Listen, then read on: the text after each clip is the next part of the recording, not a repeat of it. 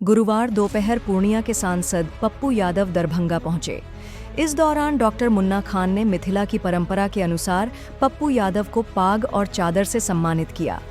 वहीं एनएच पर मीडिया से बातचीत के दौरान उन्होंने राज्य सरकार पर जमकर भड़ास निकाली। उन्होंने कहा कि बिहार आज अपराध का गढ़ बन चुका है। पप्पू यादव ने आरोप लगाया कि बिहार में सबसे ज्यादा जमीन माफिया और बालू माफिया सक्रिय हैं। हर दिन चोरी, बलात्कार, हत्या, लूटपाट, उगाही और धमकी जैसी घटनाएं आम हो गई हैं। उन्होंने कहा कि बिहार में नेताओं के हौसले बुलंद हैं और सरकार हर मोर्चे पर विफल साबित हो रही है। इस दौरान पप्पू यादव ने कहा कि दरभंगा और पूरे मिथिलांचल में कानून व्यवस्था की स्थिति चिंताजनक है। आपको हमारी खबर अच्छी लगी तो हमारे चैनल को सब्सक्राइब करें, लाइक करें, शेयर करें। रमाकांत यादव की हत्या कुछ देर पूर्व बालू कारोबारी इसकी निर्मम हत्या कर दी। मैं आज भी दरभंगा मधुबनी डिस्ट्रिक्ट जहाँ बच्चे की हाजीपुर में 3 हत्या, बच्चे को फांसी लगा के मार दिया गया। एक इंजीनियर थे मोहम्मद आलम, की पत्नी के सामने उसको 4 गोली मारा गया, रोडली मारा गया। कल केपटी में लगातार अंधाधुंध फायरिंग हुई। एक घर पर 15 लोग लगातार फायरिंग किए और अच्छी परिस्थिति और अच्छे हालात दरभंगा की नहीं है।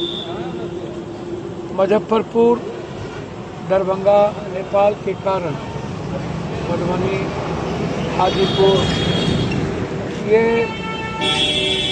माफियाओं का केंद्र बिंदु बन गया। जमीन माफिया, इसमें लगभग नेता लोग इन्वॉल्व, पदाधिकारी इन्वॉल्व, लगभग नेपाल के से जो भी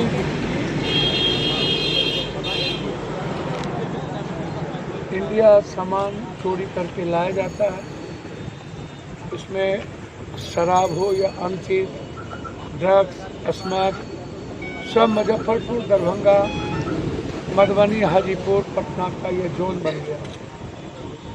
बालू का भी, शराब का भी और जमीन का भी। जमीन में लगभग सभी पदाधिकारी के ब्लैक मनी, नेताओं की ब्लैक मनी लगा हुआ।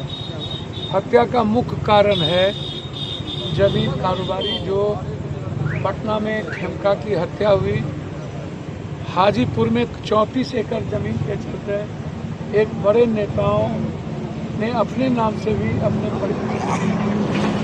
वर्कर के नाम से, नजदीकी वर्कर के नाम से लिखवा लिया था और प्रेशर था कि वो जमीन लिख देने की। जब नहीं लिखे गए तो उसकी हत्या कर दी गई गुंजन खेमका की। जिसको गुंजन खेमका में फंसाया गया था, वो लोग मस्तू को मरवा दिया गया जेल से निकलवा करके, जब उसके नाम फंसे, और 3 लोग बरी हो गए। गुंजन खेमका के केस को क्लोज कर दिया और नेताओं को और पदाधिकारी को बचा लिया। जब खेमका की हत्या हुई, हम हर रात वहीं थे। जिस तरीके से प्लॉट की गई, पहले अजय वर्मा का नाम और फिर बाद में अजय वर्मा का नाम गौन कर दिया गया। मात्र 6 दिन पहले एक गरीब परिवार का लड़का जो बाहर कमाता था, वो लौटा ही था, उसको उठा लिया गया और उठाने के बाद माँ के सामने से दूसरे दिन उसकी इनकाउंटर कर दिया। दूर दूर तक वो लड़का पर ना कोई मतलब। 2 केस कभी हुए थे, वो केस था ताश खेलने वाला और गांजा हफीम पीने वाला, न तो 302 का मुकदमा था। फिर उसको किस एवज में इनकाउंटर कर दिया। हम सीबीआई इंक्वायरी की मांगते हैं। जिसको शूटर बनाया गया है वो शूटर है ही नहीं। ये कह रहे हैं कि बकवास हुआ था, गोली एक बार राइफल ताना तानी हुई थी पटना क्लब में। अब कह रहा है कि पटना क्लब का सारा सीसीटीवी फुटेज ब्लैकआउट हो गया।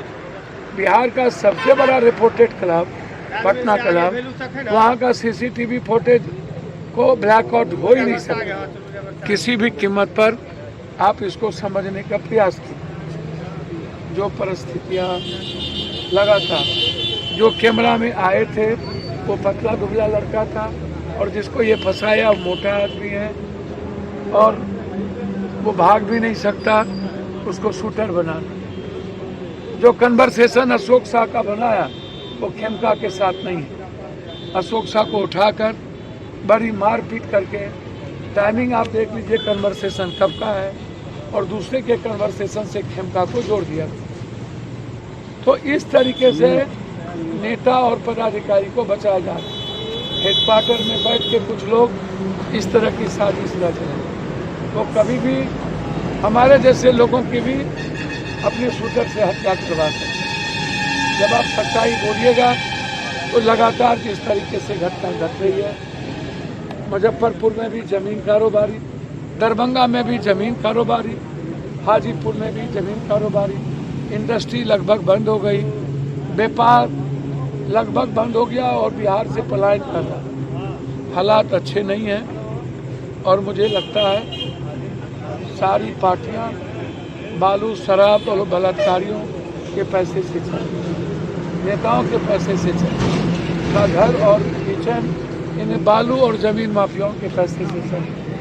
जब तक नेताओं का नेक्सस, पदाधिकारी और माफियाओं का नेक्सस खत्म नहीं होगा, बिहार को कोई बचा नहीं सकता। कब किसके बच्चे मर जाएं, कब किसकी हत्या हो जाए, कब कौन के मांग सुने हो जाए, कहना मुश्किल है। इसीलिए एक बड़ी विपक्ष को लड़ाई लड़नी चाहिए।